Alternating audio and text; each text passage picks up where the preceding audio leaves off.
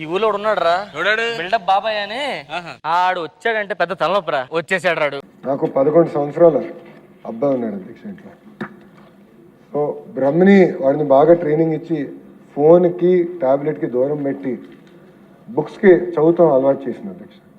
మా వాడికి ఒక పుస్తకం ఇస్తే ఒక రోజులో చదివేస్తాడు అధ్యక్ష. నాకు అలవాటు లేదు అధ్యక్ష, నేను చదవలేను, చాలా ఇబ్బంది పడతాను అధ్యక్ష.